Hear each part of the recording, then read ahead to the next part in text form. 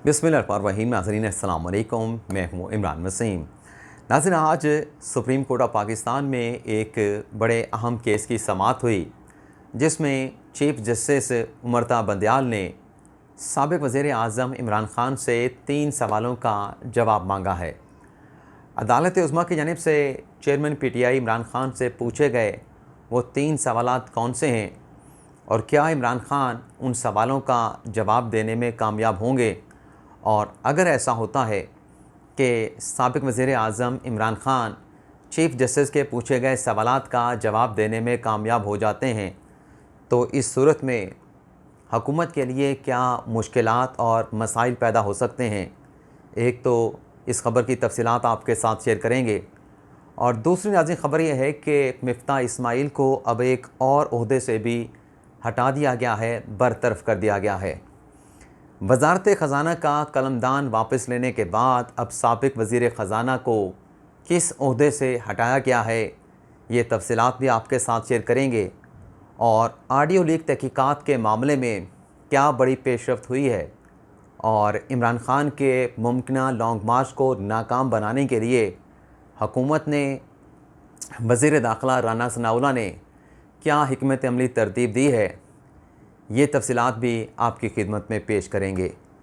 और इसके अलावा हमारे आज के प्रोग्राम की जो दीगर ख़बरें हैं, उनकी तफ़सीलात भी आपके साथ डिस्कस करेंगे।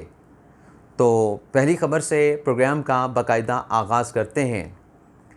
पहली ख़बर नाज़रीन ये है कि 27 सितंबर से जो किसानों ने इस्लामाबाद में एहतजाज और धरना दे रखा था, आज हुकूमत के साथ मुज़ाकरात कामयाब होने पर किसानों ने अपना धरना और एहतजाज ख़त्म करने का ऐलान कर दिया। आज किसान इत्तेहाद के जो चेयरमैन थे खालिद हुसैन बाट साहब, उनकी वज़ीर आज़म शहबाज शरीफ के साथ मुलाकात हुई,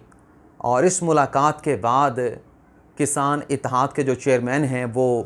उस वेन्यू पे पहुँचे जहाँ पे ये किसानों ने धरना दे रखा था, और वहाँ पे उन्होंने जाके कहा कि हमारे हुकूमत के साथ मुज़ाकरात कामयाब हो गए हैं, तो लिहाजा आज ये जो धरना है जो 27 सितंबर से जारी था उसे ख़त्म कर दिया जाएगा। उसके बाद वज़ीर दाख़िला राना सनाउल्लाह भी किसानों के धरने के वेन्यू पे पहुँचे, और उन्होंने कहा, राना सनाउल्लाह ने, कि जो किसानों का मेन मुतालबा था कि ट्यूबवेल के जो बिल हैं वो काफ़ी लंबे चौड़े बिल आ रहे थे, तो एक तो मुतालबा ये मान लिया गया है कि जो फ्यूल एडजस्टमेंट चार्जेस ट्यूबवेल के कनेक्शन पे वसूल किए जा रहे थे, वो फ्यूल एडजस्टमेंट चार्जेस अब जो है वसूल नहीं किए जाएंगे, और बाकी जो किसानों के मुतालबात हैं उन पर मामला तय करने के लिए, उन मसाइल को हल करने के लिए एक कमेटी बना दी है। उस कमेटी में किसानों के रहनुमाओं को भी शामिल किया गया है, वफाकी मुज़रा और मुतल्लिका हुकाम भी शामिल होंगे, और रोज़ाना की बुनियाद पर वो कमेटी बैठेगी और किसानों के जो मामलात हैं उनका सलूशन जो है वो निकाला जाएगा। दूसरी नाज़रीन ख़बर ये है कि कल जो सिंध हुकूमत की जानिब से इलेक्शन कमीशन को एक ख़त लिखा गया, और 23 अक्टूबर को होने वाले जो बल्दियाती इंतखाबात हैं उन्हें 3 माह के लिए आगे ले जाने, यानी जो 23 अक्टूबर को पोलिंग होने जा रही थी उस पर सिंध हुकूमत ने कहा कि सिंध पुलिस ने सिक्योरिटी देने से, नफरी देने से इनकार कर दिया है,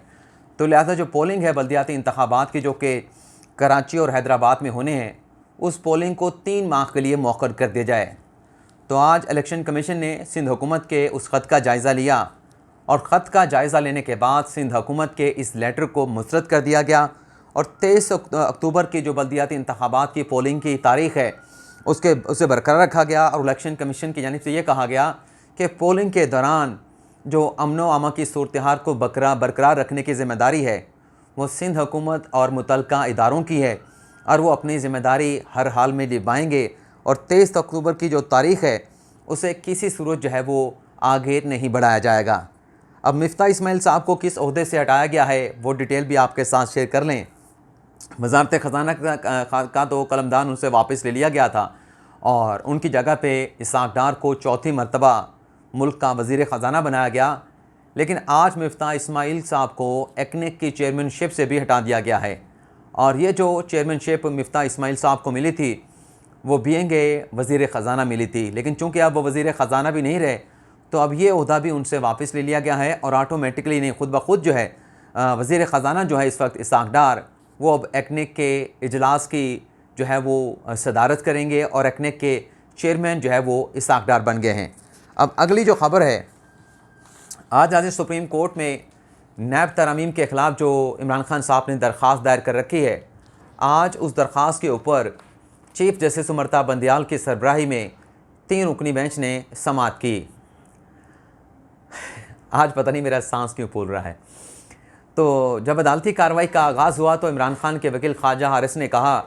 कि इस केस में अभी तक नैब का मौक़िफ़ नहीं आया, नैब का मौक़िफ़ आना चाहिए था। तो चीफ जस्टिस ने कहा कि नैब का मौक़िफ़ तो आ चुका है और नैब ने कहा है कि इस केस में जो अटॉर्नी जनरल का मौक़िफ़ होगा वही नैब का मौक़िफ़ होगा। तो ख्वाजा हारिस, जो कि बज़ाहिर लग रहा था कि आज केस की तैयारी करके नहीं आए थे और वो शायद कोई इल्तवा लेना चाहते थे, उन्होंने कहा कि नैब का मौक़िफ़ आ जाता तो ज़्यादा बेहतर होता। और हुकूमत का मौक़िफ़ भी नहीं आया। मखदूम अली ख़ान जो कि वफाकी हुकूमत के वकील हैं, उन्होंने भी अपना जवाब जो है वो रिकॉर्ड पे वो नहीं लाए। तो मखदूम अली ख़ान ने कहा कि ख्वाजा हारिस साहब अपना केस बिल्ड करें, जब इनके दलाइल का इख्तिताम होगा तो वफाकी हुकूमत का तहरीरी जवाब भी जो है वो जमा करवा दिया जाएगा। तो इसके बाद चीफ जस्टिस ने इमरान खान साहब के वकील ख्वाजा हारिस से कहा कि आप अपने दलाइल शुरू करें। आज 1 बजे अदालती कार्रवाई का आगाज़ हुआ और चीफ जस्टिस ने कहा कि 3 बजे तक आज हम केस की समाअत करेंगे।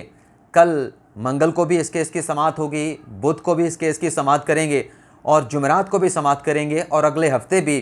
इस केस की, यानी इमरान खान की नैब तरमीम के ख़िलाफ़ जो दरख्वास्त है, तो अगले हफ्ते भी इस केस की जो है वो अदालत समाअत करके इस केस को निपटाना चाहती है। और चीफ जस्टिस ने आज की अदालती कार्रवाई के इख्तिताम पर ख्वाजा हारिस से कहा, जो कि इमरान खान साहब के वकील हैं, और जब ख्वाजा हारिस से कोई बात की जाती है तो अदालत जो है वो दरअसल बराह रास्त इमरान खान साहब से मुखातिब हो रही होती है। तो चीफ जस्टिस ने उनसे कहा कि एक तो आपने इस बात को साबित करना है कि आपने जो नई तरामीम आइनी अपना नैब की तरामीम को चैलेंज किया है, आपने साबित करना है कि ये तरामीम जो है वो बुनियादी हकूक़ के कैसे बरखिलाफ़ है। दूसरा, चीफ जस्टिस ने सवाल ये कहा कि नैब तरामीम से जो नैब का कानून है वो कैसे बेअसर हुआ है, ये भी आपको साबित करना पड़ेगा, इसका जवाब आपको देना है। और तीसरा सवाल, चीफ जस्टिस ने इमरान खान साहब के वकील से ये कहा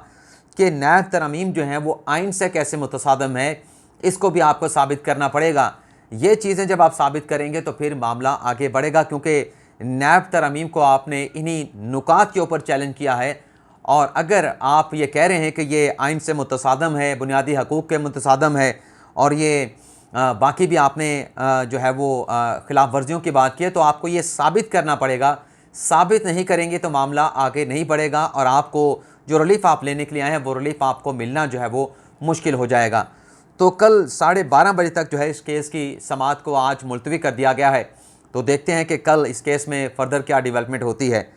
अगले जो नाज़रीन ख़बर है वो ऑडियो लीक तहकीकात के हवाले से है, और उसमें नाज़रीन पेशरफ़्त ये हुई है कि जिस आला अख्तियाती कमेटी की बात की जा रही थी, आज उस ऑडियो लीक मामले की तहकीकात करने वाली आला तहकीकाती कमेटी की जो कंपोजिशन है वो सामने आ गई है। इसमें नाज़रीन राना सनाउल्लाह जो कि वज़ीर दाखिला हैं, इस कमेटी के सरबराह होंगे। उनके साथ 4 वज़रा को इस कमेटी में शामिल किया गया है, जिसमें एक पाकिस्तान पीपल्स पार्टी की खातून वज़ीर हैं शीरी रहमान, मुस्लिम नवाज़ के वज़ीर कानून आज़म नज़ीर तारड़, मौलाना फजल रहमान की जमात के वफाकी वज़ीर मौलाना असद महमूद और MQM के वफाकी वज़ीर बरा IT अमीन उल हक को इस कमेटी में जो है वो तहकीकाती आला सतह कमेटी में शामिल किया गया है। और इसके साथ साथ नाज़रीन इस कमेटी में जो खुफिया इदारों के अपना नुमाइंदे हैं उन्हें भी, यानी IC, ISI, IB और दीगर जो खुफिया इदारे हैं उनके नुमाइंदों को भी इस तहकीकाती कमेटी में शामिल किया गया है और इस हवाले से नोटिफिकेशन जो है वो भी जारी कर दिया गया है। अब इसके साथ एक और जुड़ी खबर है कि इमरान खान साहब के मुमकिन लॉन्ग मार्च को नाकाम बनाने के लिए राना सनाउल्लाह ने जो आज वजारत दाखिला में अहम इजलास बुलाया था, उसमें खान साहब के उस लॉन्ग मार्च को नाकाम बनाने की क्या हिकमत अमली बनाई गई है। सबसे पहले तो इस इजलास में कौन कौन शरीक हुए वो आपको बताते हैं, लेकिन फ़ैसला इस इजलास में यह हुआ है कि जो भी हो जाए, इमरान खान साहब को लॉन्ग मार्च है उसे किसी सूरत इस्लामाबाद में दाखिल नहीं होने दिया जाएगा। इस इजलास में नाज़रीन सेक्रेटरी दाखिला शरीक हुए, कमांडेंट FC शरीक हुए, IG Islamabad police, commander ranger, chief commissioner Islamabad, DIG operation Islamabad, deputy commissioner Islamabad और इसके अलावा सिक्योरिटीज़ एजेंसी के नुमाइंदे भी इस इजलास में शरीक हुए। और इसमें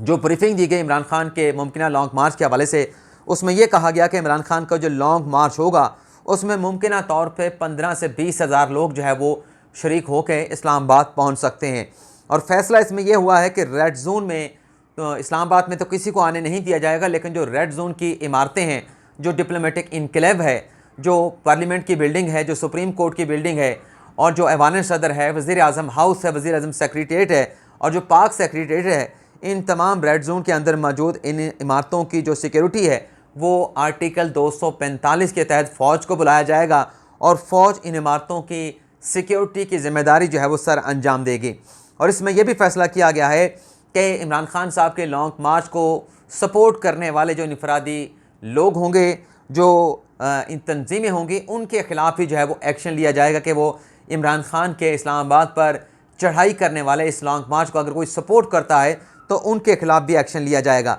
और यह भी फैसला किया गया है कि इमरान खान के लॉन्ग मार्च के दौरान जो हॉस्पिटल्स हैं इस्लामाबाद के और जो सरकारी स्कूल हैं वो भी खुले रहेंगे, उन्हें भी बंद नहीं किया जाएगा। जाते जाते साबिक़ सदर आसिफ अली ज़रदारी की सेहत से मुतल्लिक़ भी खबर शेयर कर लें। साबिक़ सदर आसिफ अली ज़रदारी अलील हैं और कराची के एक निजी हॉस्पिटल में दाखिल हैं। आज